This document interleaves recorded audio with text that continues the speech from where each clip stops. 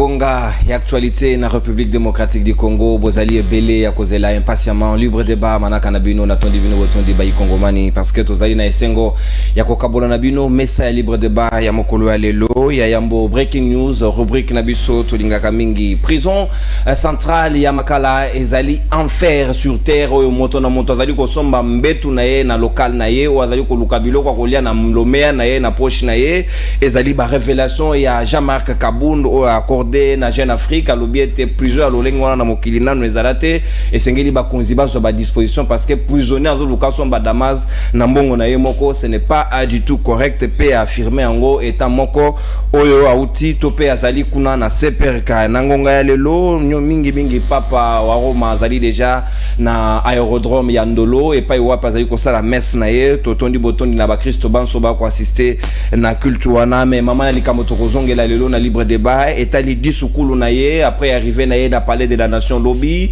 na hôte na ye Félix Antoine Tshisekedi Tshilombo ba échanger ki papa fongoli monoko pe lobby ete sengeli na ngonga ya lelo communauté internationale pe na Rwanda o azali sous-traité na ba salle besoin wana ba lever mais na bango na implication na bango ya près de 10 millions de morts enregistrés na situation et insécurité zali na est ya République démocratique du Congo sika otokosola na baninga pona kotala jusqu'où nous allons continuer de dénoncer. Est-ce que les lots na apport ya pape to koki ko lobe ko fungola ba porte bikuke mususu pona ko permettre que mongongo ya République démocratique du Congo et yokana alors avec les potentialités au RDC azali nango quelle approche ya négociation et sengeli quelle approche ya gestion et sengeli koti en place pour que richesse ya mboka to pen kitana biso et profiter individuellement na chaque Congolais parce que normalement ndenge lelo na Admirat batunyo so bakoma ba mvwandu batu ya mbongo et kokipe ko sala le cas au regard ya enjeu o ya richesse ya République démocratique du Congo zanango mobola azala sous compter na RDS que zali possible comment cela se doit se faire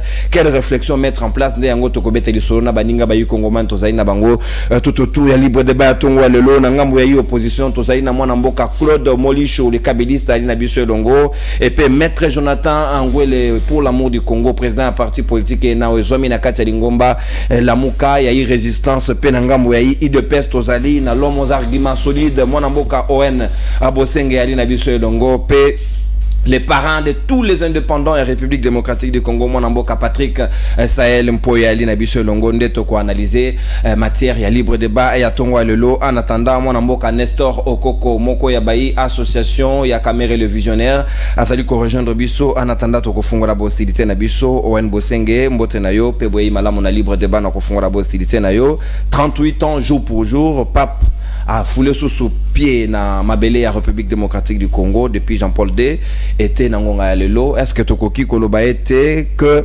arrivé na ye na masolo basali na Félix Tshisekedi et koki ko fongola ba porte mosusu na mayo etali situation insécurité ba Congomani batali koiki na partie est ya mboka na biso. Bonjour monsieur Nono, je suis très heureux kozala awa, c'est un privilège à tout moment ya mbaka biso lelo bino nde bozo sunga acteur politique bambela na biso to ba analyse na biso ekomaka epa ya population batu oto ya koleka pona bango pour ça mais vraiment c'est le cœur azo biso to respectaka bino mingi na obo sala pona biso et puis pona mariage na yo biso to lobaki photo soutenir en weza na février awa bandeko ya communauté na biso bazana Kinshasa na ba o bazana diaspora tozo senga na bino bo soutenir CML 13 bo soutenir non boyebi bango bazala ka neutre musalo bazo sala eza vraiment parfait et puis na mariage na yo to ko tia yango poa et puis awa naza ko pesa mbote avec beaucoup d'estime na ba ko débatteur ba na plateau na pesa mbote Jonathan Wele Patrick Sahel Claude Molisho na makambu o utikoloba awa makambu etali boye ya pape na ma italien sécurité wa kosenga communauté internationale ba lever le boko na bango noir o ezali ko permettre RDC aika kimiate makambo lobi awa ya boye ya pape déjà to sepeli mingi ko ya pape na République démocratique du Congo et la kisi lelo coopération et malamu ezali entre la République démocratique du Congo na Vatican et pas nini souverain pontife azako kamba papa ye awa a une étiquette ya chef d'état d'abord et pas ya kamba Vatican en même temps azali lelo représentant ya nzambe pona biso ba Kristo na ba matali ba mangomba ta se bosangani sur le plan œcuménique ba religion nyonso moto akambaka yango ezali bongo pape aya katia kokota kosilisa reine na ye atambola ba mboka nyonso te soka ye na mboka na bino c'est une grâce la preuve Benoît XVI alekaki atikala okoma na mboka na biso te tamsupa koma Congo Brazzaville te tamsupa biso ayaki pe Angola te mais pana biso lelo so tozwi boye ya pape c'est un privilège et la kisi climat eza malamu na kati ya coopération ya mboka na biso pe mboka oyo tobengi Vatican mais kosenga oyo asengi na bango c'est ce qu'il ne peut faire eloko pape ya koki kosala ezaka kosala mbela pape ya sala kaka ba recommandation pape ya sala kaka ba sanction te pape à tout moment qu'il parle maloba na ezali na kilo ya sala kambela asala kaba recommandation au côté rappelé na 2015 mboka tobengi Cuba bazalaki sous embargo aux États-Unis pendant plus de 25 ans balevaki embargo wana grâce ya mbela au papa salaka na époque ya président Barack Obama nde bayaka kolongola embargo qui bavandaki pendant plus de 25 ans banda époque ya Fidel de Castro balongola kiango grâce ya implication ya pape bande ko belé bozola na biso na ndako oyo ka batu sa ba cop na ya sa nini a changer nini te il faut comprendre que papa oyo peso fufute papa oyo bongisi la biso nzela te a opesa pe mutu musala te papa zande mosali ya nzambe maloba na eza tellement kilo oyo na bakambi bia ekolo bayoka kaye nde to sepeli mingi ko ya pape papa aloba omoni République démocratique du Congo ezali armée na biso pe République démocratique du Congo aza respectueux ya ba conventions internationales République démocratique du Congo toki ko agir lokola Pyongyang te ndenge ba Claude Marisha frère ça la nini ma beta nini na biso non Rwanda selon ye alobi ke avion na biso et les cas qui a violé l'espace aérien na ye de ba beta ke loko ali toucher avion c'est l'argument ya Rwanda République démocratique du Congo le lendemain nango il faki ça nini ba moka bandi guerre côté kuna non il faut qu'on la respecter ba conventions internationales et la kisi qu'on la faibleté et la kisi ro beta likofi na yo en a raison o yo beta ki parce que nous sommes dans un village planétaire il faut qu'on la respecter ba convention pe ba engagement na biso sur le plan ba instance internationale pe ba instance communautaire et pas biso tozali nde esaki na sens wana lelo pape ndenga sengi na Rwanda ke ba retirer batu na bango ezali mbela ya malamu Rwanda meka koyoka yango parce que lelo yo ozomona ke to komi na ba témoins ebele groupe d'experts et à Nations Unies l'autre fois balobaki yango ils ont dénoncé que après ba enquête na bango ba moni noir sur blanc Kagame banda ko wanga na mbula tu veux comprendre que bazana sima mais d'ailleurs kutungai na sepeli mingi komona pape tindenga ke musika lisusu papa lobi na Rwanda na communauté internationale c'est-à-dire le pape a fait une dénonciation où ils ont confirmé argumentaire na biso auto bakango depuis mbula na mbula que na niveau ya ba impérialiste na niveau ya ba multinational où ezana batu oyo baza ko soutenir à tout moment ba alimenter insécurité côté na biso étant scandale géologiquement ba lukaka ba benda ba minerai na biso bande ko musu ba benga tona ba minerai de sang. Alors papa lobi ke na batu wana na Rwanda ba meka ko retirer batu na bango parce que la RDC azana posa kimia peuple congolais ana posa avake na kimia na kati mboka na ye de to pesa ki coup de chapeau na gouvernement na biso sur le plan diplomatique lokola aza ko convaincre batu o lelo baza presque ba décideur na niveau ya monde bango nyonso ba komi favorable par rapport ya argumentaire ya République démocratique du Congo yango lelo biso na bayeba biso nyonso to kokende na bango bongo to lala na veye wana papi kamango sangisa batu kita mu magasin to kozala kuna c'est une occasion historique koya ya pape to zala wana to participer. Merci mon amboka Owen Bosenge o tiki au moins 40 secondes na yo na ko récupérer yango pe na ko bakisa yango na deuxième prise ya parole parce que sur minute chacun bonne gestion de temps Claude Molicho na ko ya na ngambo na yo discipline na mesa esengeli moninga ko lo ba tolérance oyo ki mala monde yango penza ba kongomani bataille na ngo tina mingi c'est comme ça vous notez à travers ba papier bozai na ngo liboso na bino de Nestor okoko ndenge na annoncer ki auti ko rejoindre biso Claude Molicho sikawa pape alobi esengeli Rwanda atika musala ya salite wazali ko sala au communauté internationale bazali ko sous-traiter na ndenge ba ko sala désordre na M23 pe retrait ya M23 esengeli salema na maloba ya pape pe na limite que M23 ko se retirer parce que yambalo pape ndalobi. Merci ndeko nono na pesi bandeko nanga nyonso awa na plateau na kotanga ba kombo na bango nyonso te parce que ba moni bango ils sont habitués à eux. On a besoin de temps parce qu'il faut tout gagner temps. Allons à l'essentiel très très rapidement. Pape Aye, effectivement, Pape il fallait Aye la fois passée, mais il y avait Koko Sezala qui a reporté qui est Moko voyage naïe depuis Kala, avant que tout. C'était depuis 2013 Azali na siège à Rome. Et il était question Aya avant même prise de pouvoir à Félix en 2019, il était question Aya et puis l'air Félix aye bah ça les programmes mais empêchement paysanal qui aye bon aye parce que demande était formulée depuis longtemps. Maintenant demande était formulée sur Kabila. Oui, c'est sûr. Alors le c'est qui m'a ponamé ça maintenant on sait. Voilà, il fallait que d'abord m'a ponamé Salema. C'était ça l'argumentaire, il y a pas pour battre sur bato qui na IDP c'est qu'on mbata za lobano, le la papa aye ba chrétien catholique nyonso baza na messe le ba voter Tshisekedi. Wana ils a lokuta.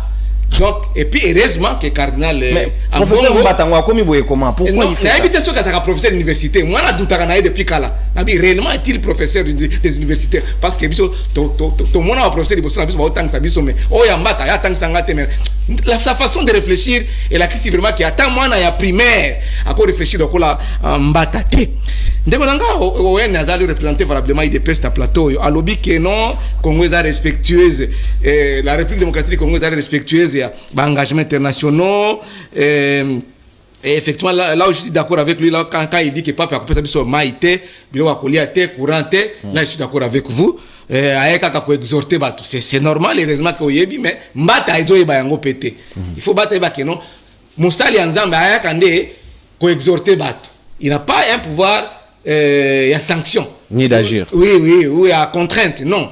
Il n'a pas ce pouvoir-là. Il vient rassembler avec un discours rassembleur, unité, cohésion, tout ça. C'est à vous de prendre l'essai. Mais ici, si nous sommes sur le terrain politique, même si Papa Zalina aspect politique d'un côté, Aloba qui attaque chef d'État, il a cité à Vatican, bien sûr. Azapé Moussali Mwanzambe. Alors, quand Ndekonanga Wena Lobby a félicité le gouvernement pour sur le plan diplomatique, Papa a dénoncé, c'est-à-dire que Papa a déjà une situation complète à RDC depuis Vatican. Il y a déjà un discours à Salah qui lobby devant chef de l'État. D'abord, une observation, tu sais, il y a un protocole d'État où ça va collaborer sur l'État, tu interprète. Hier, il était question de KTO. Les allez chaîne ya catholique dans Vatican pour toi Malobani ni papa Azoloba. Il fallait pas, il y a même pas un interprète. Est-ce que mon zangi bien interprète italiano ezamuyaya il faut ça muyaya non c'est pas comme ça qu'on travaille. Donc moi nous me branché pour comprendre le message à pape parce que il a fallu que nous sommes habitués à des promesses mais pape ya pour la situation va comprendre le côté comme à la fin journaliste aloba que non on a eu problème d'interprétariat maintenant nous sommes d'accord qu'on interprète en dingue non na journaliste mo va éviter on a ça direct na Nathalie na lobi non et puis il y a d'autres féliciter bango bien papa toi qui ndeka ndenge tout tombe ça donc comme ça na mboso aloba na yango il faut bâtir interprète pour italien non bateau va comprendre même latin mais c'est latin c'est pas tout le monde qui comprend ça il faut qu'on interprète en français au besoin à plus forte raison na bangi na swahili chiruba qui Congo mon cher quand vous dites que non la RDC est respectueuse de ses engagements internationaux il faut féliciter la diplomatie agissante comme toujours na IDPS mais pourquoi Rwanda a respectué l'engagement international parce qu'il y a un principe entre État et État les égalités entre les États. Pourquoi Rwanda ne respecte-t-il pas depuis toujours à Kota Kanamabele Nabiso, c'est attesté par les experts des Nations Unies, attesté par les papes, attesté par l'UDPS, attesté par le PPRD, par l'UNC, par toutes les parties. Bah c'est que Rwanda a la carte. Pourquoi Rwanda est basta la kelo comme côté. Faut quand même na IDPS poser question na yebisa mbata ndenge wana. Non. Mon cher ami. Papa Lobibo est par rapport au nombre de morts chaque jour en République démocratique du Congo à cause de l'insécurité. Il appelle à du concret, pas François, il appelle à du concret dans les engagements pris par les partis impliqués dans les processus de paix pour la pacification de l'Est de la RDC. Les partis impliqués, c'est qui? Na crise au Toanango. Papa Tangi Bango Nyon sonné impliqué. Parce que Rwanda a mon côté. Lélo, tout le monde communiqué mon balobi non. Armée rwandaise a la carte mboka na biso na cadre les officiers les officiers na cadre ya communauté des États de l'Afrique de l'Est c'est EAC basa nini bazonga na mboka na bango ndeko mukolo ni babisa kiso Rwanda koti awa na cadre ya EAC mukolo ni gouvernement alobaki na dizo mais pona babimisa bango gombilike bimi vous nous cachez quoi non nous sommes pour hypocrisie. Nous avons besoin dans ces pays de la cohésion du dialogue en permanence. Éviter le triomphalisme comme Bambata, comme Bataille de Pes. Triomphalisme, majorité, à cause de la majorité écrasante. C'est comme si un boss est écrasante. Il faut qu'un moussou, il y a 2023, il faut qu'ils écrasante. Bah, toi, ça, c'est la collière. Il n'y a pas de courant, il n'y a pas d'eau, il n'y a pas à manger, il n'y a pas de gratuité dans l'enseignement. Il n'y a rien qui marche dans ces pays. Et ce n'est pas le pape qui viendra, et tout d'un coup, le lendemain, pape Azong, il y a qui est Soudan. Et t'as bien. Non. Il faut d'abord au niveau interne. Parce que le Congo, il est une politique de triomphalisme. Merci. Tourne à Bango, Bazali Massi va gagner jusqu'au retour de Jésus-Christ. Souvent, le discours, on se souvient du discours. Donc, tu vas pouvoir être jusqu'au retour de Jésus-Christ. Il n'y a pas de démocratie, il n'y a pas d'état de droit, il n'y a pas de droits de l'homme. Merci. Alors, nous disons que l'IDP doit apprendre à faire la politique. Politique, politique, c'est autre chose. Voilà là où j'ai félicité mon vieux Vital Kamerhe que j'ai salué en passant. C'est un fait politique. Il y a une politique. Et ça va être des personnes. Merci, mon amboka Claude Molicho. Débordé de 20 secondes, on récupère en gros 6 minutes. Non, 6 minutes 20. Il y a 7 minutes, là, tu as quelques secondes. Non, 6 minutes, moi chacun a retiré 7. D'accord, il n'y a pas de problème. Donc, même logique, autant on a bénéficié pendant 1 minute, il peut se dans quelques secondes. Et tous d'accord sur le temps. Mon amboka Nestor Okoko, Association Kamerhe et les Visionnaires, Grand Est, yo qui pape nenga lobby, sûrement les données vont bouger. Est-ce que ceux qui bougent, les populations à Est, au moins, on n'a pas pénalité parce qu'insécurité, on a empêché à nous se rendre dans Goma pour à inaugurer cathédrale. Alors, sur yo qui pape nenga lobby et moko lobby sengeli ba lever main noire et ko permettre ba congomani ba vivre pété. Est-ce que au croire que cette fois-ci comme dans un statut observateur na Nations Unies ba ko yokaye et puis les choses vont évoluer. Merci beaucoup ndeko journaliste. Na pesimbote na ba nyonso bazali kati na plateau awa. Pe na ko pesa mbote mingi na oyanga tata wa politique. Tozobenga les visionnaires, le pacificateur Vital Kamerhe ici Kazali, na yebi ke na tango ya zana na misa kuna monene. Alati chapelle na azara na ngona boloko. Ezali eloko ya bomwana te. Vital aye ko lata chapelle te po toye tozana politique. Chapelle eyali eloko ya bomwana akoli na yango mpe akokoba kosalela ka nzambe oyo ye. Kasi nakoyoka kama pape akotangaka na monoko na e esengeli to rappeler na baye mboka ete uta koyingela to bokomi ya Félix Antoine Tshisekedi Tshilombo okati ya ebonga na kokambaka Congo to akomonaka Congo ya kolongwaka na esika ezalaki na libulu ya kokomaka likolo. Sur le plan spirituel, mokonzi ya mboka wa yambo oyo asali ete azwi mboka oyo adedi yango na maboko ya nzambe ezali Félix Antoine Tshisekedi Tshilombo. Esengeli na bato nyonso bayeba bongo mpe bomonaki yango ezalaki na stade de martyr oyo cérémonie wana esalemaki. Peut-être bamosusu bamonaki yango pamba kasi ezali eloko moko ya motuya. Bode to salaki mboka oyo to sala bambule belé biso na Israël to zaki na boyokani te pamba te makominde elobi yango alobi oyo nyonso akozala na nungu na Israël ye alakela mamabe to zalaki sous malédiction na tina nini ekolo na biso Congo to tiaki bandelo boyokani zalaki lisusu te na mboka oyo nzamba pambola. Ezali na mokambami ya Félix Antoine Tshisekedi Tshilombo nde Israël lelo azongeli lisusu biso pe tozongeli na nzela ya mokonzi ya mboka tosengi bolimbisi pe bazongeli biso. Depuis tozongeli, qu'est-ce qui a changé? Ndeko nyonso s'est changé. Lelo biso toakoloba likambo ya papa. Biso tobotami na église catholique toyoka kaka papa. Kasi lelo tomoni ye. Depuis les années 70. Ah oui, lelo tomoni ye. Et ali esengo pona biso ndeko. Biso nyonso ba etozali na plateau. Soki na mikosi te totanga na ba école ya ba mupe. École catholique. Et puis bazaki koyekolisa biso papa azali nani. Mais lelo tomoni ye tokomi na mandefu ya pembe ndeko. Esengeli to ndima bokonzi ya président de la République. Papa yaki na 85 ya. Ngana mona ki papa. Donc omoni mbalami bale. Omoni papa mususu. Kasi na bokambami ya bandeko na nga okaza na ngambo. Merci pour la précision à date.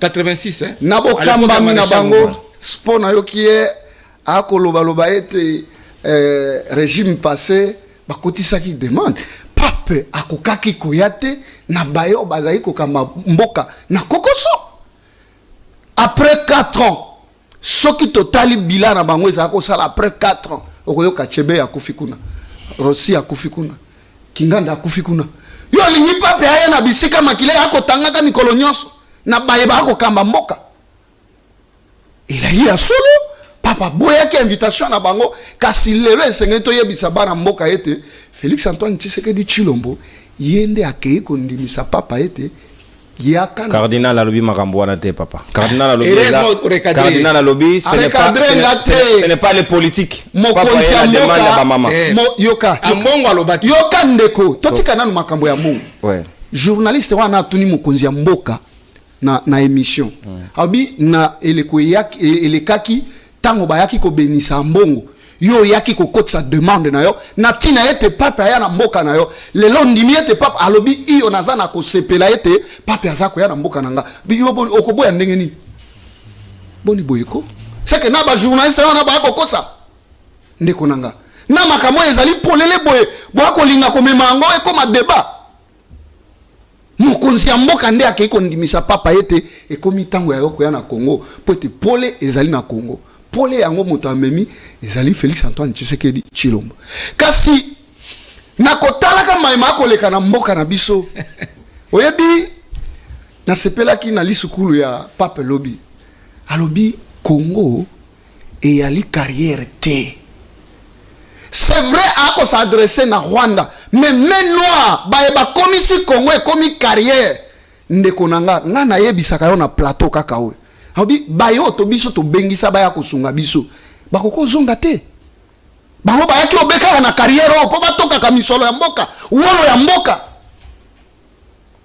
ezali tango bango balongwa bobenga bango pona biso te to benga bango mais binoti ezali bino EAC mama yake na mambo aya EAC na la tikaye ala la réponse tikaye na ko pesa we ya ndeko EAC tango moto ya kendaki ko signer ba accord ya ko mema ba Rwanda ba ya ko bundisa azwa ebonga ezaki na EAC tanga kombo na ye EAC ba Rwanda obo yaki James Kabarebe EAC nda yaki na ye EAC James Kabarebe tanga kombo na ye te ende EAC esali musée nda yaka na bino yote na ba Rwanda c'est-à-dire quoi bato ba yaki MONUSCO bato ba ya bakota la moka oyo otangi EAC pona nini zela te ndi ba bona ba terrestre koyo na MONUSCO s'il vous plaît mon monsieur les journalistes on a kende komolisha ko déranger ça carton jaune quelle est la stratégie na kobika oto akobika lelo ezali volonté à chef de l'état te na pesa yonda kisamoko zela na ko pesa yonda kisamoko c'est vrai eza volonté na yoka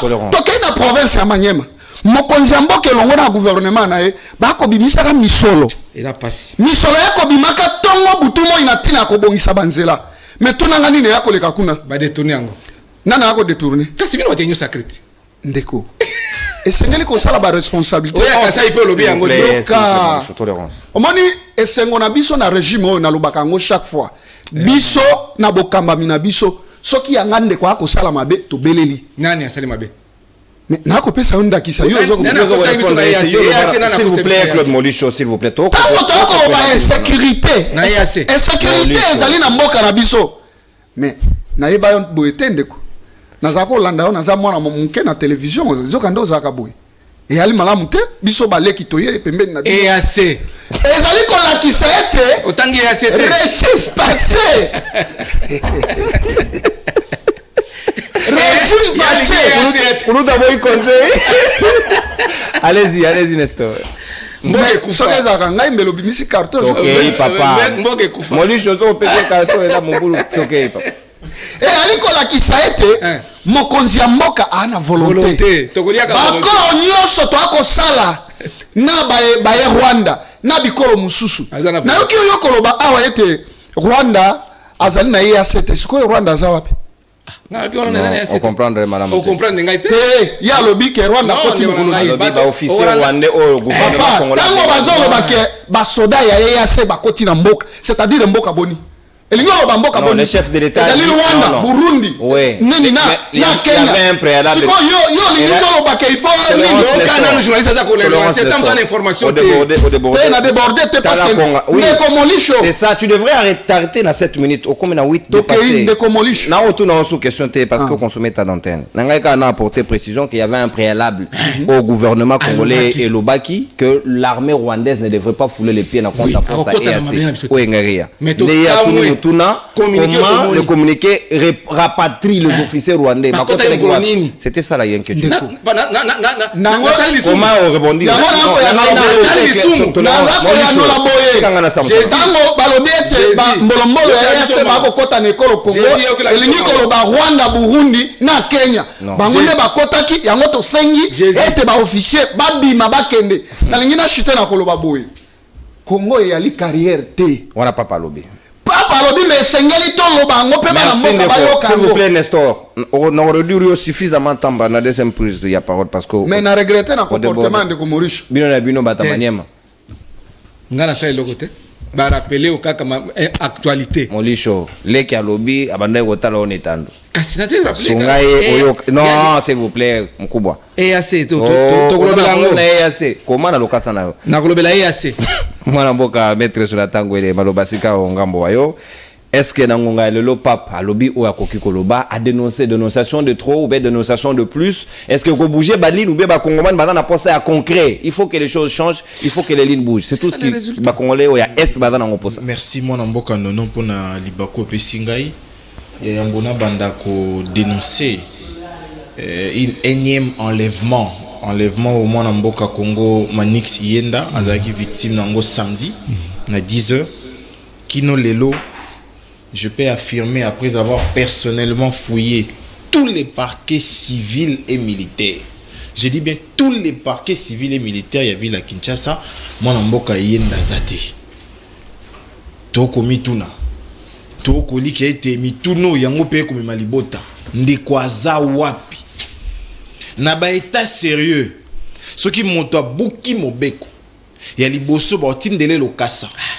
Mobeko permettre ti balokasa on kende misato Jésus na sima misato na nde bokoti nda bato po bazoye na contrainte ndenge balobaka et contrainte wana faut la justifier soit na bokimi na ye to na ba indice moko grave aux hôtels qu'il faut que zoye mbango sinon ta ko bandela ngo mingi mais lelo ba iba photo ezali bandeko bazui wana ils sont identifiés mais ndeko ako ça la trouver te aza tracé te Nangongo biso toko mituna biso ba eto bien comme politique est-ce que ndeko ko la na condition bien est-ce que ndeko ko mela mai nini ba ko sana ndeko esika azali nde yango to bengi na procureur général de la République yende mobateli ya mouvement na biso na ba droit na biso sunga biso to ba ndeko aza wapi ponga na cause ya téléphone na benga mbelu te yoko benga mbelu tuna tant so aza pa mbelu ngana ko benga renseignement militaire te mais yoko benga o tuna ndeko aza wapi Toyoka ina sur la détournement te ba détourner nyonso ba na bango libanda le tombeau est vide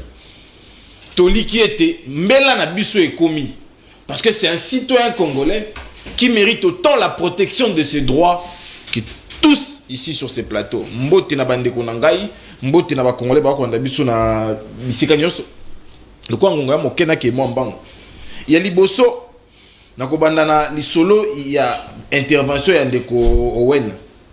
Alors, Pape Azar responsable de la religion sur le plan de vue écuménique. Nabo yango. Parce que tant que bengi sakaba messe écuménique, religion nyon so za autonome azoka taille parole. Soit il y a exhortation, soit il y a prière. Moko za likola moninga ate.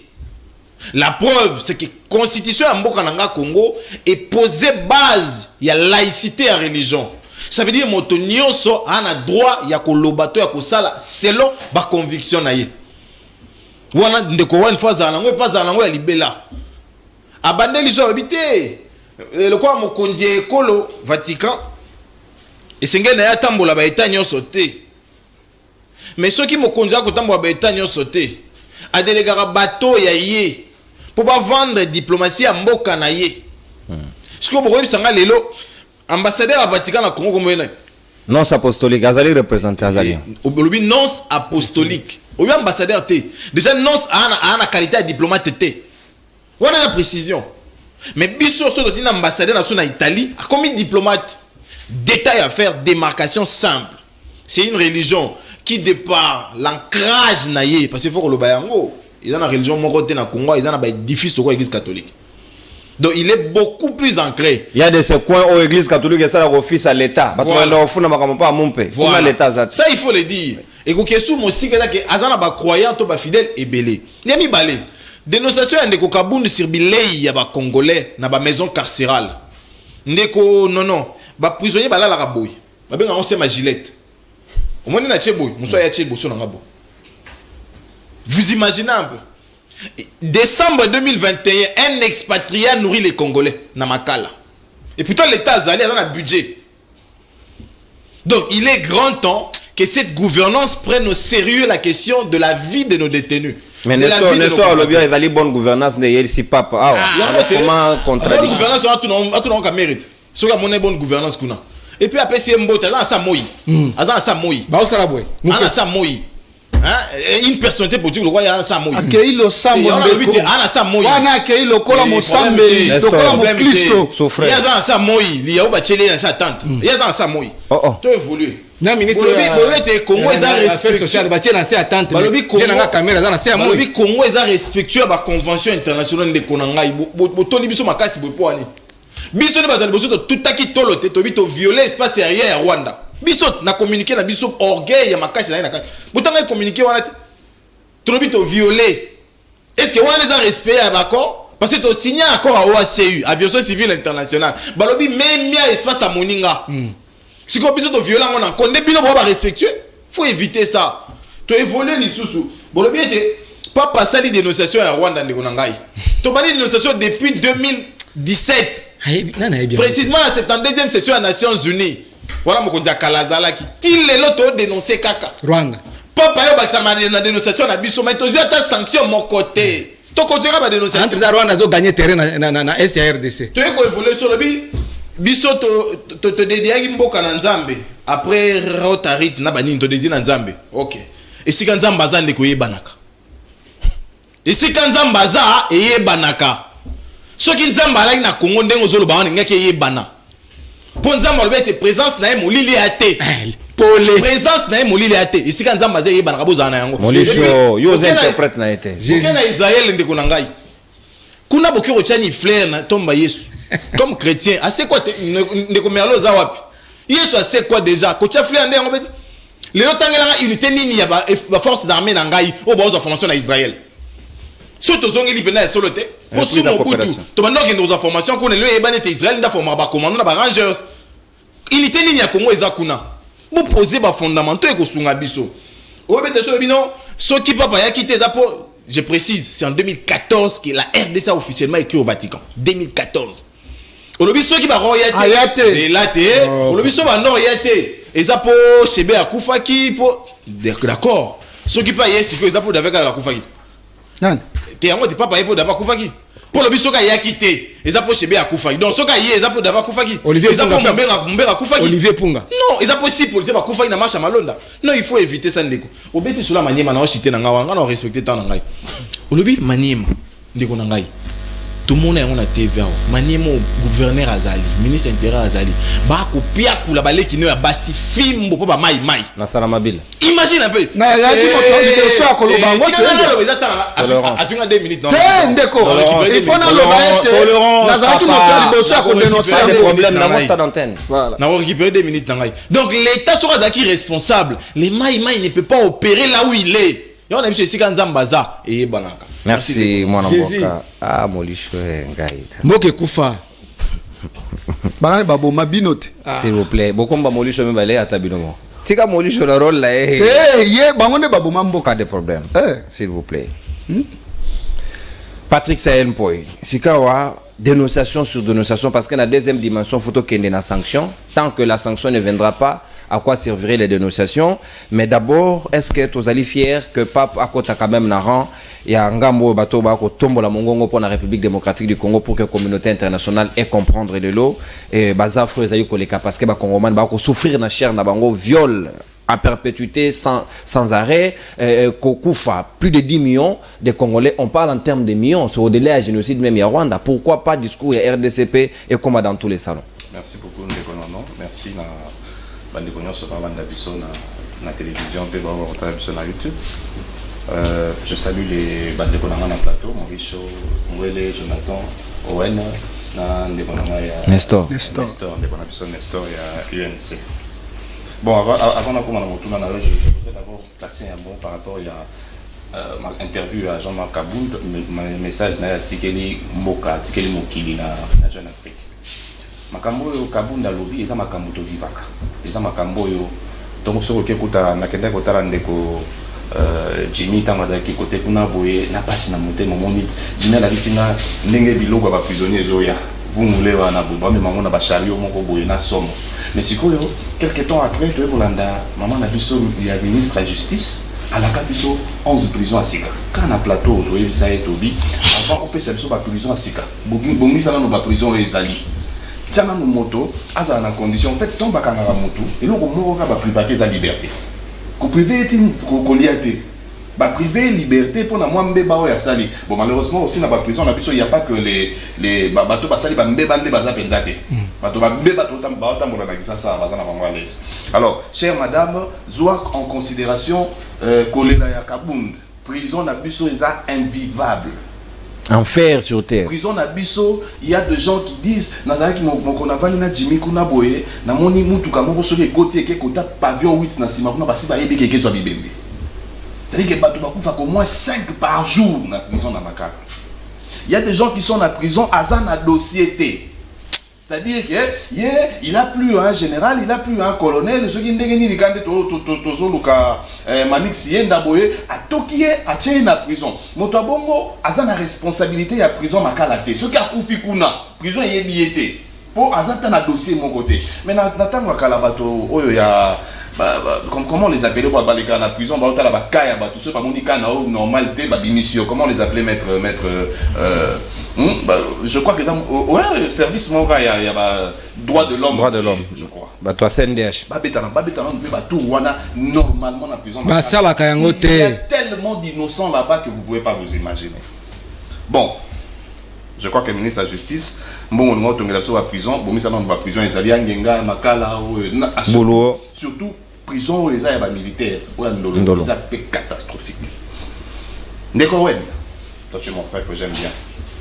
Position géographique, il y a l'aéroport, on a vu celui balé à Goma, na Oya Kigali, et ça là est que, l'avion mingo est atterri à Goma. Avant d'atterrir na Goma, bolinga te a survolé la quel espace à Rwanda. Bisona bango to vanda bongo des années et des années. Pourquoi le gouvernement de la RDC devait réagir le lendemain? Réaction ezaka teke to ki ne peut biso to bombarder. Non, il fallait que tout ça la réaction moko de taille pour bisona bino ba avion nyonso neto so la boye. Pape tango okende Goma, avion na survolé. OK, c'est annulé. To chaka na hypothèse il faka kili, pour faka kili. D'accord. Avion na yé qui survolé espace ya Rwandais. Donc kaka manga beta pe pas.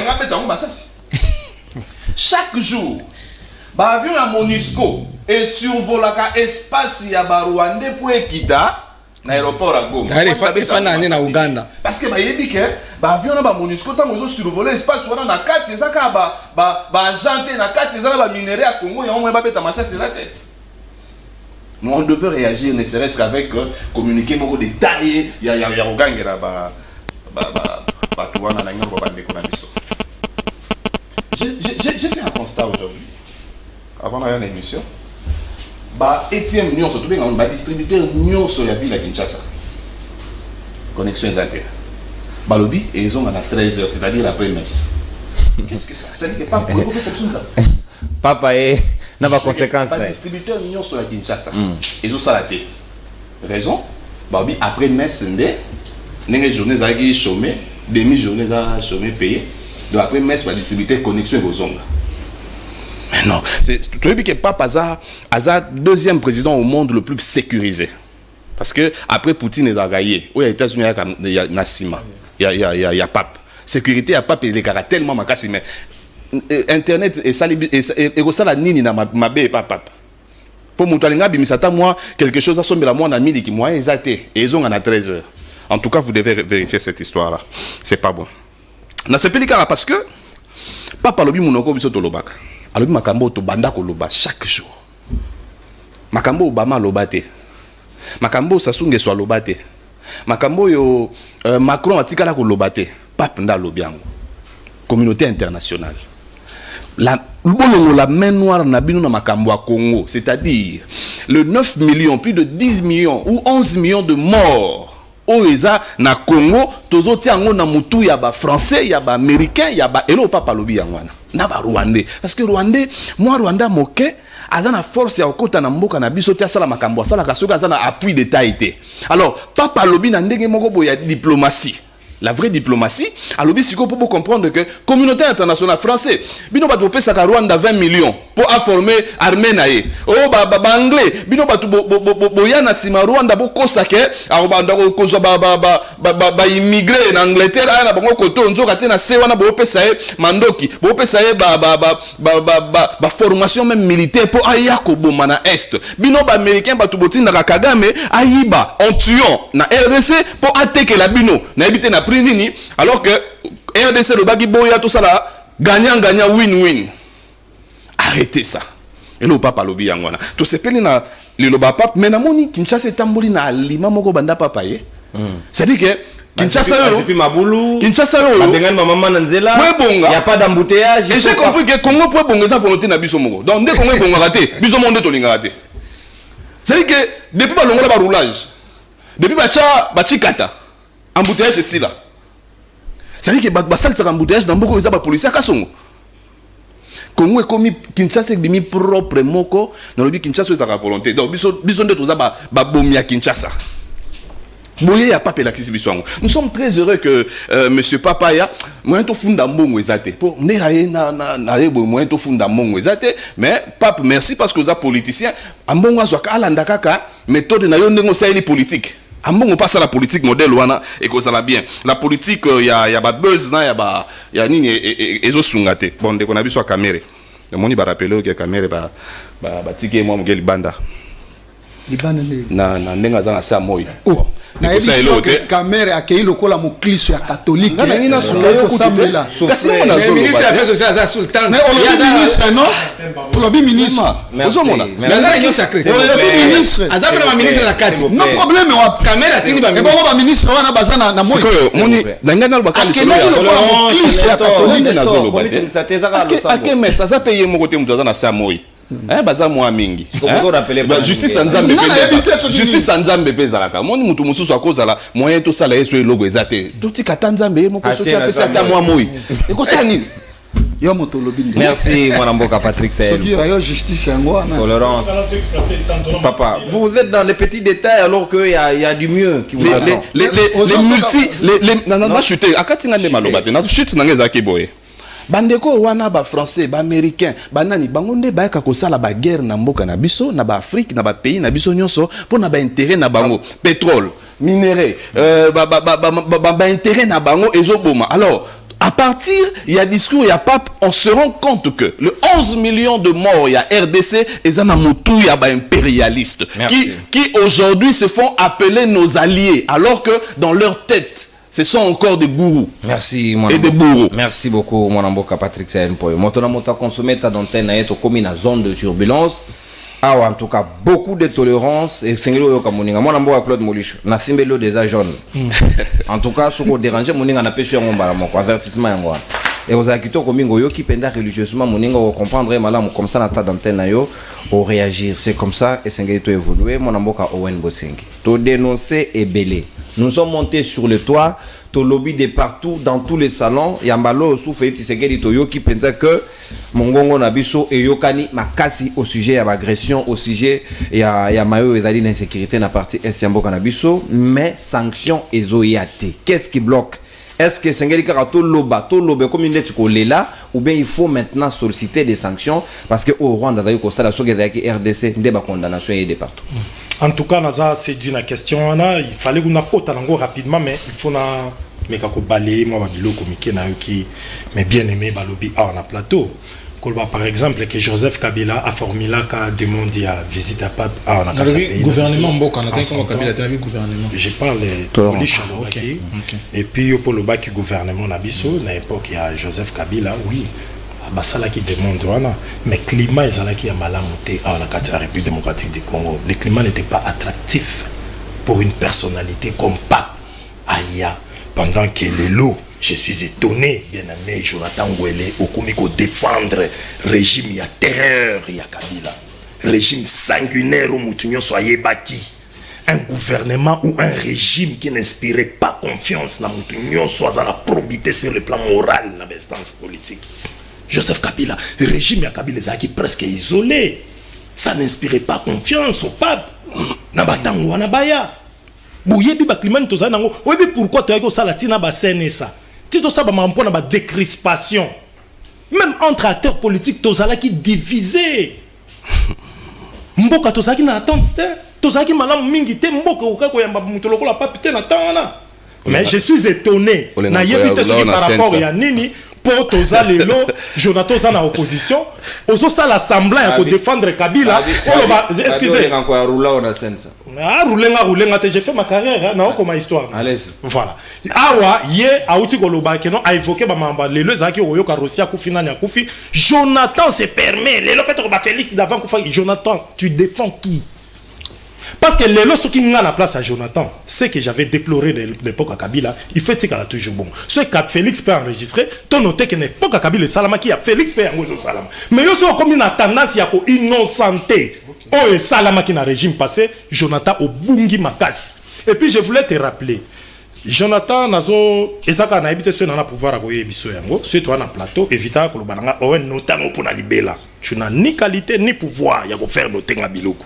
Jonathan a rappelé yo ngana lo bano noté mais nazo rappelé yo na époque ezalaki soki ezana ba conflit entre ba état ba puissant na ba faible c'est la papauté qui réglait tout ça la papauté ndé adage ya moyen âge touche même na Rome voilà ezalaki la papauté et soit qui t'a ébélé te yelo la papauté to comme na société des nations les années 40 société des nations to longo nango to comme na ONU to longo na ONU to comme na Nations Unies.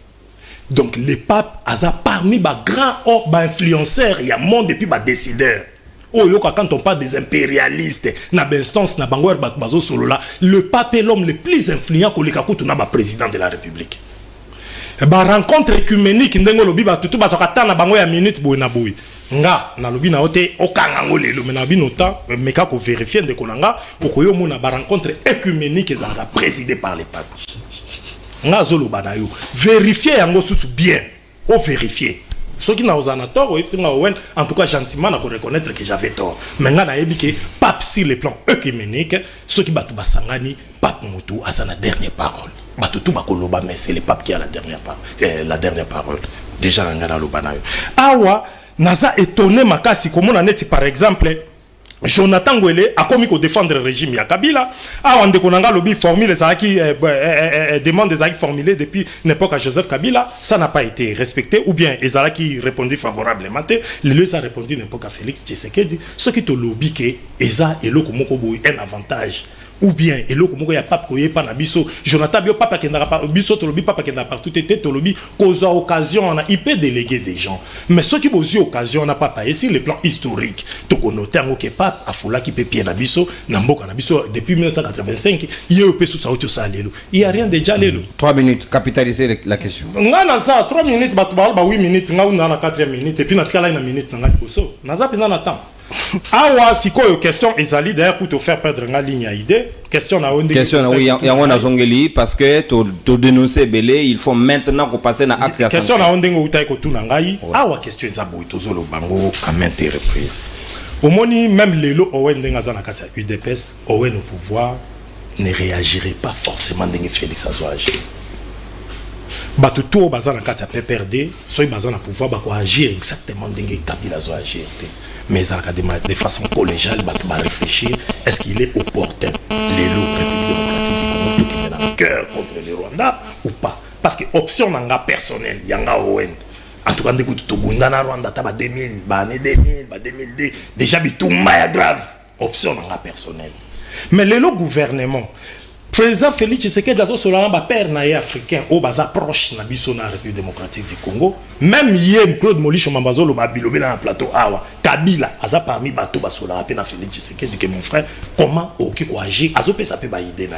Même tous ces gens là ne sont pas favorables à RDC les lois qui ne guerre na Rwanda.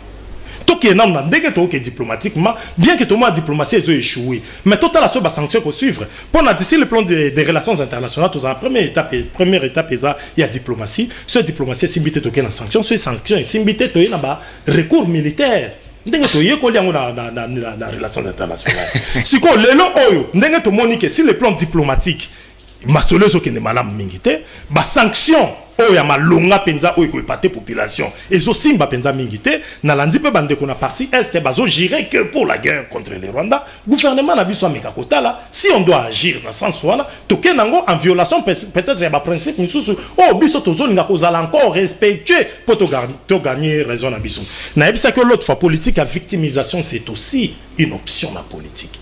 Si les plans instance internationale, aux la politique à victimisation. Bon, on a ndenge ba osalanga, bon, on a ndenge ba osalanga et jouaka. Pour Rwanda bénéficier nango pendant très longtemps. Balobi que non bazara moko humain minoritaire, hein, batu balinga ba buma bango batu balinga ba salabo. Ils ont été protégés pendant très longtemps pour argumentaire voilà. Alors RDCP le sokit ndenge allure to komo kende nango. Tina ba homme influent comme le pape à reconnaître que RDC a victime lelo, il y a des ressources naie, ozo sala ke ba impérialiste ou bien communauté internationale na ba Rwanda na ba nani en tout cas il faut pas se retirer et ça un acquis sur le plan il y a diplomatie. Ndelo ko biso to lobi option militaire il y a s'il faut aller en guerre et c'est le côté to ko sala besoin condamner gouvernement mais tout ça l'endé tam sous ma suggestion na biso on aurait souhaité tout kende na bango peut-être en guerre mais ezate ko tchanete eh non Félix Tshisekedi non awande konanga lobby makambu ya EAC Claude Molisho azongela mingi mamba EAC maintenant likambu ya EAC ndenge zali boye le fait il y a ba militaire rwandais bakota oh l'autre fois tu as lu les communiqués il y a ministre Nabiso porte-parole il y a gouvernement le fait que ba militaire rwandais bakota c'est une trahison de plus il y a EAC ko sala biso parce que ça n'a pas été autorisé na ba soldat rwandais tam subakota et bakoti nous l'avons dénoncé et puis te promettre en on a kata communiquer wana que tu ko réagir na façon makambo kenaki mais ce que ce bato bamona ka non RDC lelo ndenge babetaki avion balansaki na avion na biso lokola jusqu'à présent na to boki bombe na Rwanda le gouvernement est faible c'est la faute de Félix Tshisekedi non moi on est aussi perdre réfléchissons de manière républicaine pour l'avancement en République. Merci mon amboka Owen Bosengo récupérer exactement 1 minute na avec débordement de 30 secondes mon amboka Claude Molisho oyoki ndenge baninga balandi religieusement autant balandi moninga plutôt religieusement parce que na lobia on lobité et autant on a baninga nyonso po koloba susu oza malamu mpona ba na simbeli o jaune talaka na komi ko menacer Molisho na plateau ezaki to ko mingi te mwana mboka maloba sika ongambo wayo sanction est-ce que sengeli utaka na libanda to sanction ko kipe ko uta na kati awa to suspenda ki ba corps na biso na double taxation chef de l'état lobaki mais l'ambassade ya Rwanda continue à opérer na kati ya mboka na biso est-ce que sengeli biso na no moko to kata bango après quoi to kozela pe na ndenga libanda ba kata bango c'est ça la démarche ndeko na ngai ezali pasi pe mawa koyoka mutu aide pes ndeko na ngai Owen ko tenir discours ya boye moi tokendaka na université poto zambongo te poto kolisa pe mayele ndeko nanga Owen so to kolisi mayele okomi mutu aviso tenir un discours une réflexion va te dire ah mutu quand même ça la matière grise olobeli nga awa keno bilobela Molisho azoloba te nga bla bilobela te entre nga na yo bato azolanda biso bakomona yo nozoloba bilobela par rapport à Yangaï. La rediffusion émission. Parce que quand tu dis que d'abord les militaires rwandais en RDC c'est une trahison de l'EAC. Donc tout ça va causer des colos. EAC comme deuxième numéro ko tsarabato. Non papa ça c'est grave bataille EAC. Donc les lots on dit trahison. Ça dit trahison qui est responsable de cette trahison. Donc réfléchissons ensemble à haute voix. Ce qui est dit trahison qui bobengi batia EAC ba Rwandais ba koti pendant que boboya ki ba Rwandais ba koti na communiquer ya ndeko lobia wa mais to constater que les lots que ba Rwandais ba na son na biso ba officier o ba bisi bango na communiquer ba zo na bango trahison wana to kotia na mutu na yobe yangai to tchana mutu ya ba kamba zone tampon o to sali référence nango la n'a pas de référence dans communiqué le qu'ils ont tapé. Heureusement, tu as la télévision. Un soldat militaire. C'était un moyen de communication de masse la télévision comme la radio. Batozo Landayo, Bazo Monakeyon, Ozolo Babilobela. Non, yon dans la Bilobela Makasi parce que moi j'ai fait référence na communiqué. Avant la table d'antenne. Non, on a sali référence. Moi, je n'étais pas dérangé. Avant Tu devais bien la faire, ouais, non, on peut ça aujourd'hui. Tu comme Molisho. Ouais, on a dérangé. Ok, Molisho, ok. Ouais, yo nous allons Babilobela. Parce que la réflexion d'ailleurs, aux autres, que trahison ezali. Oui. Est-ce que trahison on est là ngai ya ndeko ngai Sahel ou bien Jonathan. Na non na ngala ke EAC. Bien Nestor. EAC azo kamba tampon wana. EAC. Population comprendre. C'est dans la EAC. Na toute la question wana. Nana benga ki EAC na Congo. Eza Kabila. Kabila m'a signé que notre kota na EAC. EAC pour ceux qui ne savent pas, c'est la communauté des États de l'Afrique de l'Est. Kabila m'a signé ton kota na EAC. Bon autant na sous Kabila qui vous a bloqué. Non, mon cher ami. Au moins ils sont autour d'IDPS. Bozongi na séance été batang savino les sous-sous. On comprendre.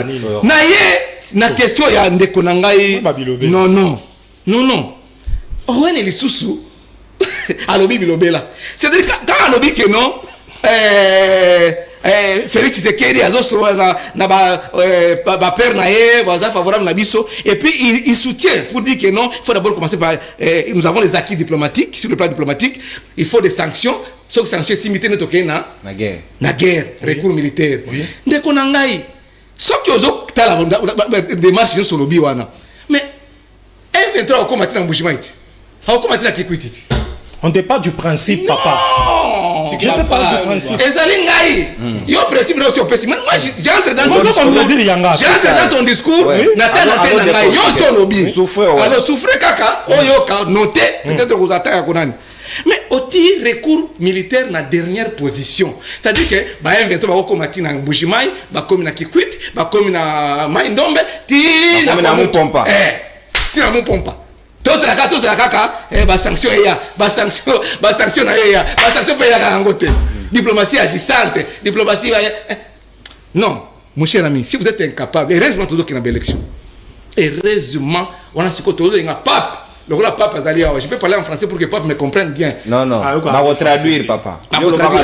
To sengi na pape que ba beta c'était pour la transparence du processus électoral. Alors là on peut un discours. Alors ba kiangwa parce que zaki na latino. S'il vous plaît. Daniel papa. Babi fan Daniel. Quand on dit transparence, c'est-à-dire pour rejoindre ce que le PPRD avait dit. Parce que tricherie au tozo mona et corruption ba to sauter. Ba bi réconciliation. To banana nous. Ce qui processus est transparent. Nana voté Tshisekedi. Attendez, Nana voté. Nanzalo toi nango courant exact, ma exact. Non, laisse-moi tranquille. Nanzalo ta d'antenne nangai de nangai. Alors clignoter quelques secondes. Jouissez à l'aise. J'ai encore du temps. Nana voté Tshisekedi. Na lelo de tozo monao. Nanzalo toi nango. Ma exact, courant exact. Nzalo exact. Et puis insécurité ba toi do kufa 11 millions de morts. Bolobi angwao. Nana voté. Ce qu'on est largement positif. Il y a un autre qui met à cette pape François. Transparence et processus électoral pour la cause de non, pas pour apaiser parce que c'est un monsieur influent. Il doit user de son influence pour que tricherie pour Kadima préparer tricherie Kadima. C'est sur la télévision. Avec tout ce que nous constatons comme quoi. Depuis l'installation de la tête la CENI. Alors nous disons ceci. Avec Tshisekedi Tshilombo, Congo est comme Nicolo. Il y a Nestor, il y a INC. Nabi Nestor. Nicolo, na mitune Jésus na ngai. Limisa masumu na biso. To éviter le bonito sala. Okoya na masengenya. Masengenya te. Nicolo yango sur lequel plan? Ya kolia o, ya courant o, ya et invisible. Non. Ce que vous avez posté, ça la chose que posté caméra tia comme na yo, comme ministre lokola ba ndeko na ngayo yo. Ba Eme Boji, ba nani, ba Bili, ba nan ba Madilu. Ba Madilu. Oh Madilu est ma ministre. Ko ba teke no, Congo est comme Nicolas avec Tshisekedi. Muto sota Olanda mission à d'autres vraiment pas si auto nango parce que les indicateurs sont là. Tout est là. parce que le Rwanda est fanatique. Mais le PAM, entendez, Programme alimentaire mondial, a produit un rapport. Où est Tangango? Si on a pris sur référence au Tangango. 27 millions d'enfants menacés. Voilà, il y a dit ça en famille. On a Claude Moulichoté, ce n'est pas moi. Tout le monde élément, on reconnaît universellement. Donc, nous allons parce que cette famille, c'est-à-dire que le lot là est dans Zala. L'autre là est dans Zala. Le lendemain, on est à la chance à cause de l'espoir de Kolia. Est-ce qu'on a fait toute la période avec Kabila? Est-ce qu'on a fait parce que le lobby que Kabila nous a bloqué, le FCC nous a bloqué, les lots, Kabila nous a bloqué, budget Mati. Budget à 16 milliards. Tant d'années, on va souffrir. Wenze komi kopé la moto à Kosakanate. La seule alternative au sa pape, Azos Loba,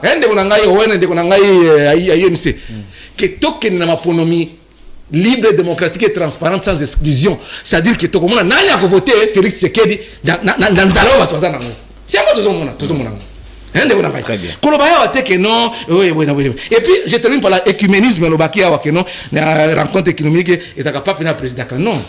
Ce qui, tout ça, na Congo, tout ça, la manifestation, il y a nécessité que non. Religieux belé. Mais au moins, on a président Kango. Non. Si chaque religion musulmane, kimbangiste, Arbeli Sali, na structure na bango avec ango ceux qui ba chef de confession religieuse ba structure na bango mouvement na bossa na Kombo. Alors, muto so appelle ça keta na ye, a lobby message ouais ye. Et ça la mingi na stade de martyrs à l'époque à Kabila comme à l'époque à Tshisekedi. L'époque à Kabila mboule pas. Pas nangai akolo ba kenoke oh église catholique na likolo non ndeko nangai soko yebite zonga na science était batang sabino lisusu. Merci parce que il dépêche faut batangi sama moi la baka toujours parce que mingi ba on dit tout un professeur d'université combattre entre guillemets j'aime professeur d'université entre guillemets combattre à d'autres tenir ba propos boy Nathalie na bino a besoin à la resocialiser. Merci beaucoup mon mboka Claude Moulicho. C'est pas facile. Merci beaucoup. Nous sommes religieusement, autant il peut la tolérance à Baninga. Nestor, sanction, il y a RDC qui est sanctionné avant que la Baninga basoso baloba. Avant basunga yo monon musunga et sengeli ko frapper ko kanga ba fenêtre union so pour na Rwanda. Après quoi, on peut espérer que la communauté internationale pour ceux qui ba katier aide Rwanda à asphyxié, il y a quand même de quoi Kagame senga bolimpi. Merci mingi ndekonono. Nalingaki nayebisa kulutu na ngao ya za mupanzi na nga yo mizongisa mwana mukea ete ndeko Vital Kamerhe ko yingela na ye na misa ya lelo akendaki lokola mukliso ya katoliko soki ba organisateur batiaki esika bato ko bata mamo ite mwana mboka Vital Kamerhe boyebiye azalaka moto ya mikitisaka ya azalaka moto ya limemia te na lolenge ya kimoklisto ya katoliko yango akei kotombela misa ya lelo na o nyonso boza ko kanisa ya azali kuna te akoki ko se comporter lokola bato bamila kisaka lokola bayiba kongomani te parce que na yebi na misa ya lelo ataboye ya pape ezali na bana mboka ebele babengisaki me bayaki te pona nini akomila kisanga na za moto opposition ba akomona ete pape ayekaka pona Félix Antoine Tshisekedi Tshilombo nzoka nde pape aye mpona biso nyonso baye Congo tozali na litomba na yango nako préciser pona yebisa kulutu nanga na ngaka ye mingi aza grand frère nanga Moulicho grand frère ouais da mamba grand frère te na plateau ouais da likamote peut-être aye bingate na ko rappeler mando kegal kulutu 11 Moulicho 11 millions akotanga wana wako tiango na mutu ya Félix Antoine Tshisekedi eza yango te 6 millions na époque ya Kabila le père muze 6 millions calcula ba we yo sala yani ya ba we mais niende alobaki ti alobi 11 millions de morts ya tiango na mutu ya Félix Antoine Tshisekedi na tiango na mutu ya Félix on lobi ba ko voter parce que 11 millions non ba voter parce que toi na nzala ba ko voter parce que toi na pour ezate mais ezate wenze peli moto na tangi s'il vous plaît Moulicho non peut-ce seconde ça va pour le cadre faut pas loba makambo na nino zaina kimia te 4 millions na époque ya ndeko Kabila mwana kotala ga ete yo loba na yo po bondongo na ba na ko rappeler ete ça fait 10 millions s'il vous plaît mwana mboka Félix Antoine Tshisekedi wa Tshilombo 1 million bako vote ye na nko pote mboka oyo omoni lelo bwakoloba bitumba toko bunda bitumba na minduki nini botikela biso soki na nko poto zali kosomba minduki te tosanga te kulutu tozali kosomba minduki te bolingi tokende bomema biso kaka tokende bitumba toana minduki te RDC gouvernement na biso eyakobongama lolenge kani tokokoki kozwa minduki mpo ete todéclenche bitumba na baye nyonso bakolinga yango na défilé ya 60 ya 60 ans d'indépendance ya 50 plus presque na triomphal ya za chasta te edaka manduki te kambo te kulutu manduki wana akomona wana okotambola yango na balabala nini okabila atongaki manduki wana omonaki akotambola esengeli nzela ezala ekotambola na zamba ndeko nanga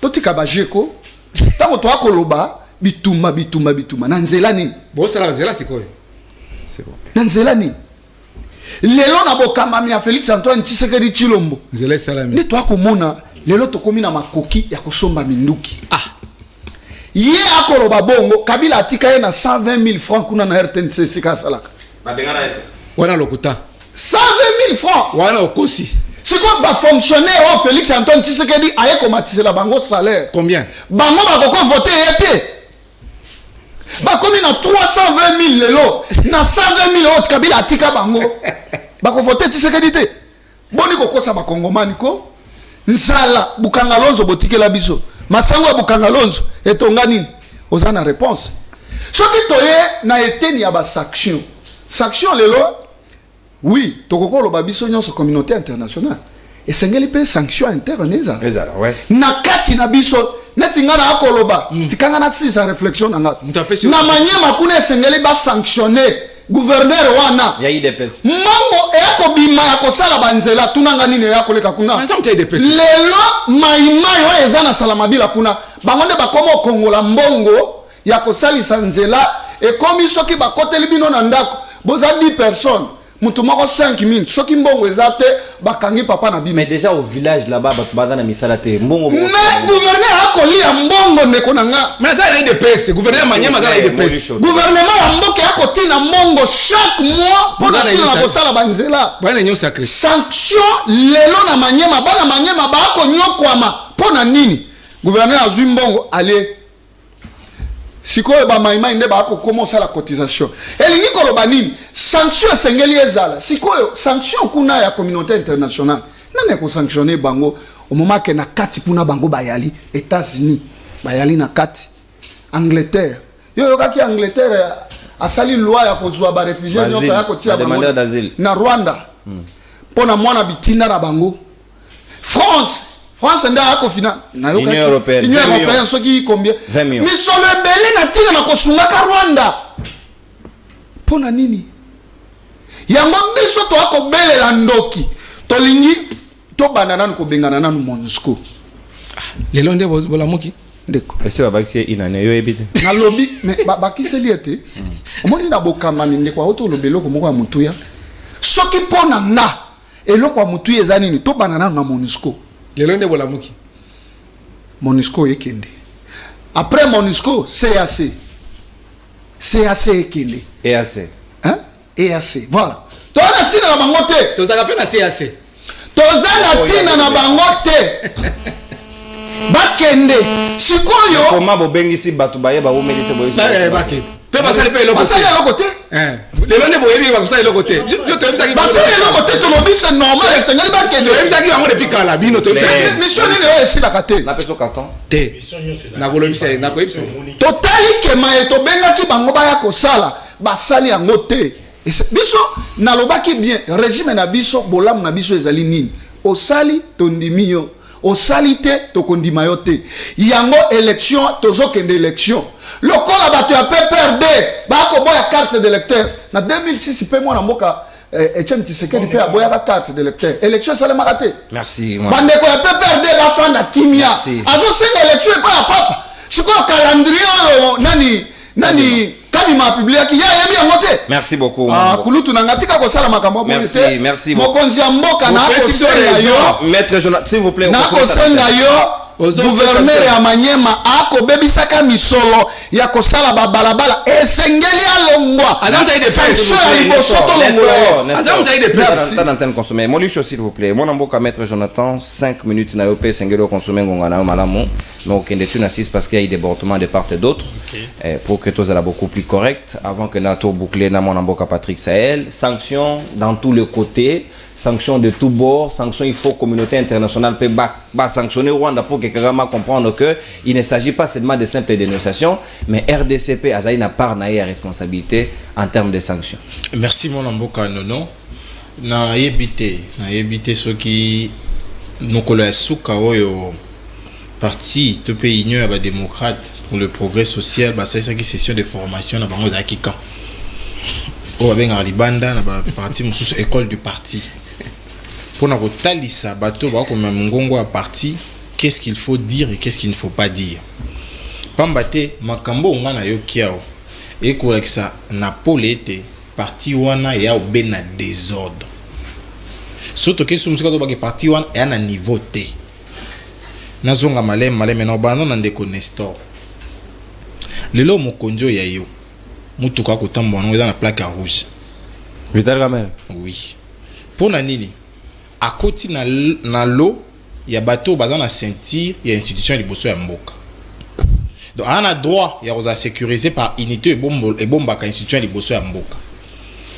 donc d'office ndepesa qui est droit lobiazala na palais de la nation siko lelo comme membre topé ami parce que loi ne le dit clair ils sont là pour protéger les amis et la famille et tout comme amis il faut pas na moita ezana ngoka motuna yami balé akendaki lokola mokili yami balé tikanga na nakozongela ke loko wana balé akendaki lokola mokili na kana 5 minutes bino bwana bozai 8 ngana na 5 non na ba bakselanga moko isa 6 bino boza décoller kanga yami balé ndeko na ngai Kamero kutanga mbana mbala sur les 18 ans régime Kamero a plus de 10 ans à 4 18 ans secrétaire général PPR kolongwana ya suka et c'est mis après accord à la société de l'Union africaine pas quand a tinda qui va représenter les combats ministres dans le gouvernement bitaku robosa donc il faut pas comme longola mbango boye non vous êtes débuté il y a makamonio tout ça à 18 ans pour ça vous tout katika vous avez 6 ans 7 ans de quoi comprendre 8 ans mais bon on a plus de 10 ans à Elongo vous avez tout gagné là on rappelle directeur des cabinets président de l'Assemblée nationale appelé au Nyonso wana parti ezalaka na vacances tika wana luka beaucoup mais wana te donc le bateau ça peut débiter le ba yango le bateau ça débiter pour nga na le banaza débiter à Kabila te pour na bo continuer na kota te la preuve c'est que ba betanga ba zogisanga ba impact zo mona na bokonda Kabila mais bilo bozali na kati bo travailler na Kabila o sozo ba pour ani caméra longo président de l'Assemblée nationale ce qui les lo M23 comité de va citer ba localité ba territoire Kamera quitté pourquoi pour l'intention et la caméra président a démissionné intention si on est là côté mais caméra dans l'union sacrée il a perdu ses repères le Mwalimu a perdu ses repères na comme politique ezaliti le long de tika mwana mwanking to beti solo on a le bili solo ya climat peu attractif non il faut qu'on marque sur le pour la libérer faut qu'on marque apekisho magamba climat peu attractif vous avez ceux qui ça pour na climat n'est pas ngayate parce qu'à l'époque ton papa aboye koya ils avaient pour na maponomie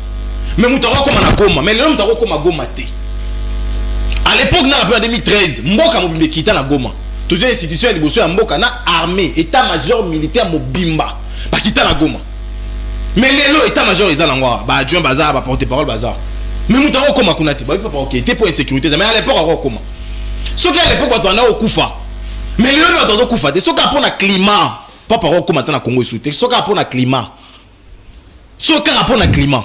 Autour de Jonathan, tu défends qui? Moi, je défends le peuple. Je défends le peuple. Mais le roi doit défendre le peuple. N'a cause à la tête non? Comment comparer ta terre à bâtonner quoi salité? N'a bételé ma boko. Non, bételé la boko. C'est ma boko té. Pour l'âme d'opposition, jamais. Ton résistance, jamais. Je vais dire haut et fort et je vais condamner. Si on a moyen de ko menacer de ko enlever pour l'homme d'opposition dans le bâti na koloba bakanga de tiki tenga nga mabe ba enlever il n'a pas été invité politique o idp sozo na ngo wana nga na boyi na nga ko sala yango ya ke loko eza bango nyonso na loba non Je vais soutenir les compatriotes qui se trouvent en insécurité, en danger, même s'ils sont de l'autre côté. Je les ferai. Na kosala yango. Na kosala quoi yote. Tout qui sous musiko lobi. Lelo ba rencontre qui meni qui va présider. Rencontre qui meni qui a sous que ça na monde. Peut ça se date na monde. Na monde. Na monde. Nga na webi so que c'est depuis 94 til lelo na monde ba religieux sangana esouté. Depuis 94 til lelo, depuis 94 na suka wana na boko depuis 94 til lelo ba sangana te. Mais na ba mboka ba kwanza ba messe écuménique dans des pays. Pendant biso banane de canton na esalemi 6 fois. 6 fois je dis bien. Et na 6 fois na nyoso, muto ala sa prière et bande, là muta clôtura, ils allaient jamais église catholique. Jamais, je l'ai dit à la télé, ba congolais ba Roland. Il faut éviter de dire ce que vous ne maîtrisez pas. École du parti Koufé ça rajouter. Tout qui est sous musiko lobi sur la diplomatie. Et qu'on engaille. Diplomatie yé moko lobi était diplomatie n'a échoué pour sincérité za quitté. Ni diplomatie lobi ta maloloba. Est-ce qu'il y a déjà retiré l'accréditation à Karega? Non, non, il déjà. Non. Tiens, ambassade. Bah, 6 pays voisins, Ouganda, ils ont matali quoi, qui date. Mais on a dit, Antoine Ben à Davos, on a dit, Maman Ben à Davos, on a dit, Dilo, Forbi à l'Oba qui a proposé qu'on avait état voisin Nios.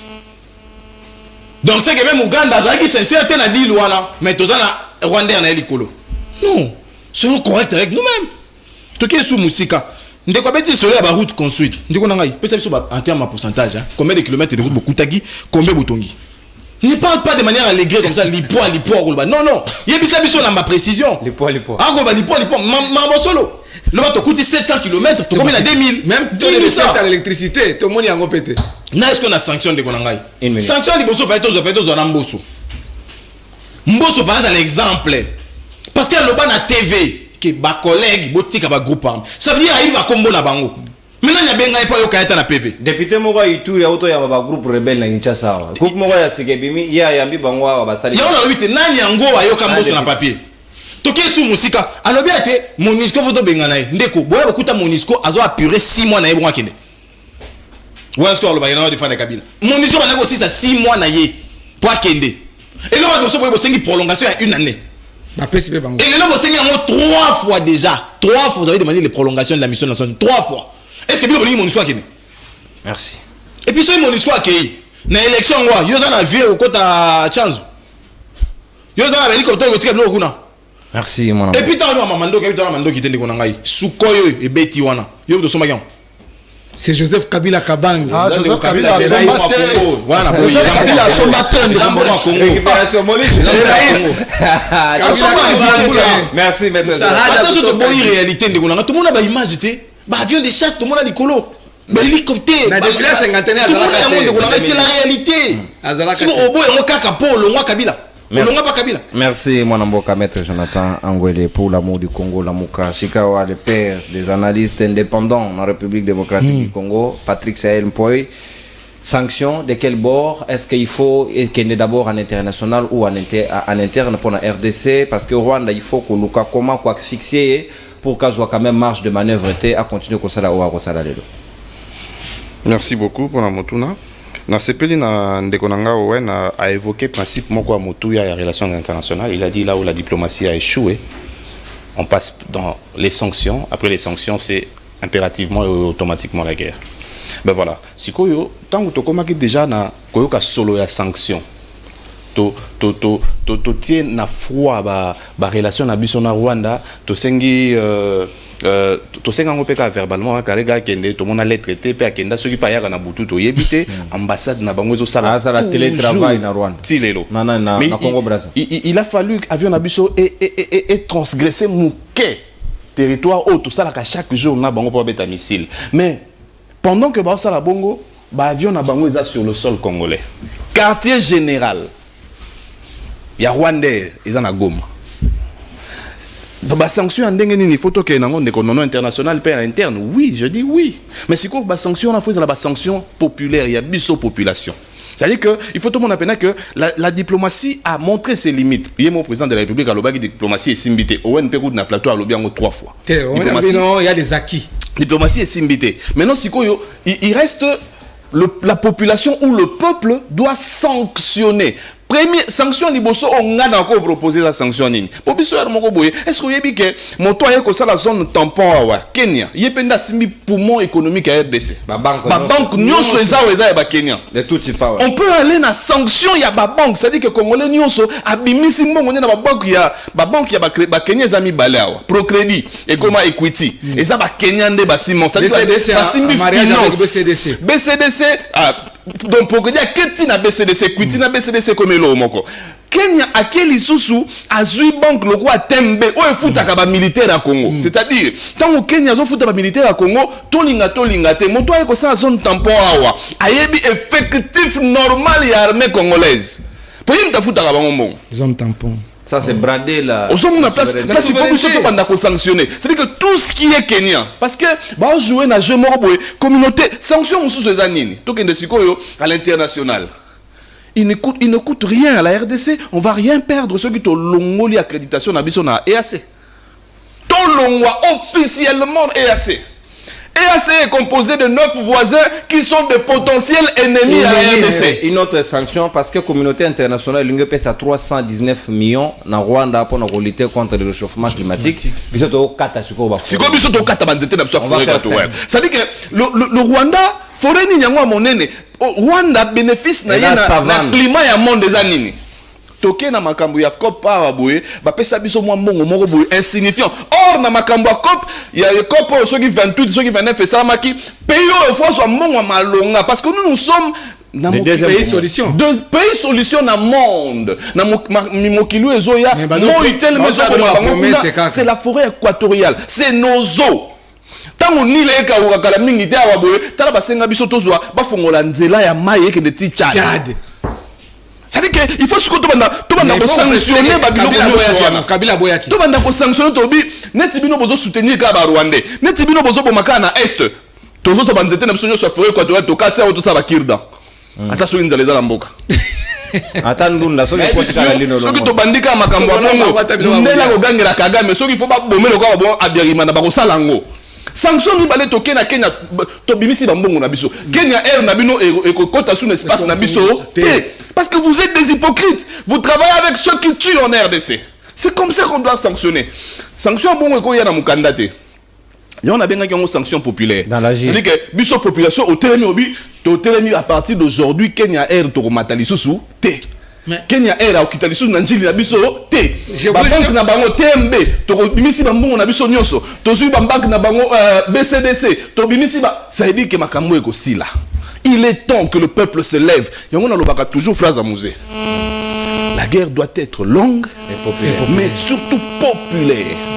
Là où le stylo, là où la diplomatie a échoué, rempart y a sous la population. Rempart à sous les habitants de tout le population, mon canon est sengeli. Parce que sur le Talika, ils sont des hypocrites. Les Français travaillent avec celui d'en face, les Français travaillent avec les Rwandais, les Français travaillent avec les Tchad, les Ougandais, mais, est-ce que est là? Toujours partager nos renseignements militaires en Ouganda. Mais pourquoi ne pas sortir de cette histoire-là, monsieur le président de la République?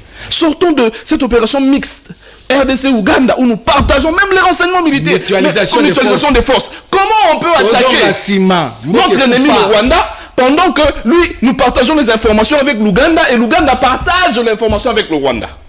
C'est pas possible. Du point de vue international, les gens ont Totika Libiso Moko. Alors, on Totika Libiso Moko, tout ça est là, on te bien à l'instinct et à survie.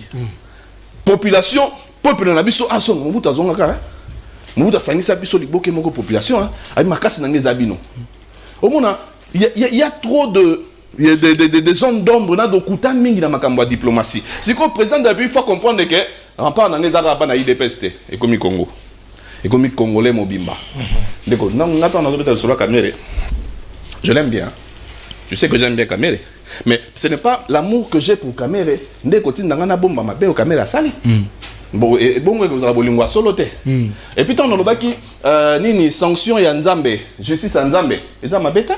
Justice nous ya Nzambe ko za non yo zwa ki biso ba mbongo boye to sali ba procès na biso ku ba mbongo limo boye to éviter salamanda nini justice a mokile kokite tokesi wapi biso mandoki tosimbaka te tosengaka nzambe seigneur salaka justice na yo po biso tosala soki nini mo esala soki ndeni ekosala yango moko nzambe moko ayebi mbongo na biso tozolela mbongo wana kamera ekenda nango nalobi bongo te natalaka procès nalobi bongo te tolérance eza choc tolérance nazoka pasi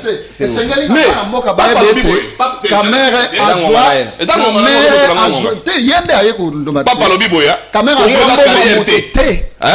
Congo eza carrière te eza te soki okei na opération soki minier soki nini papa ozwi bana mike baye kokabela or na bapesi baminere. Merci mon amboka Patrick Saël Mpoye, merci mon amboka Nestor Okoko, INCP Association Caméra le Visionnaire, merci Owen Bosenge UDPS l'homme aux arguments solides, merci Kabila Mossada Tokadjou, Claude Molicho, les kabylistes patentés et très prononcés en permanence. Maître Jonathan Ngele pour l'amour du Congo. Merci Ndeko Nazaki, analyste na plateau na yo. Très bien, analyste, l'homme de la lucidité et cohérence. Merci mon amboka Joël Mouka FMI, merci Patrick Saël Mpoye, l'homme, les patrons et les parents de tous les indépendants. Nadingi Bino Mingi Bayi Kongomani, Natondi Bino Botondi. Ce n'est pas facile de vous servir, mais c'est une responsabilité pour nous. Yako toujours wana pono kopé Sabino ou ezali actualité et amboka carton rouge, carton jaune, ezali identité Nadingi Bino Mingi. Et voilà, on se prépare peu à peu à revirer vers la date du 25 diaspora. Nadingi Bino Mingi Penapes Bino Mote. Tolérance, il faut pas les raculer, ce sont mes frères. Allez, Nadingi Bino Mingi, au revoir. Et puis Tokutani, lobby pour un nouveau numéro à Libre Débat. Bye bye et saluons-nous, unité, tous allez bandeko au-delà de la politique. Merci.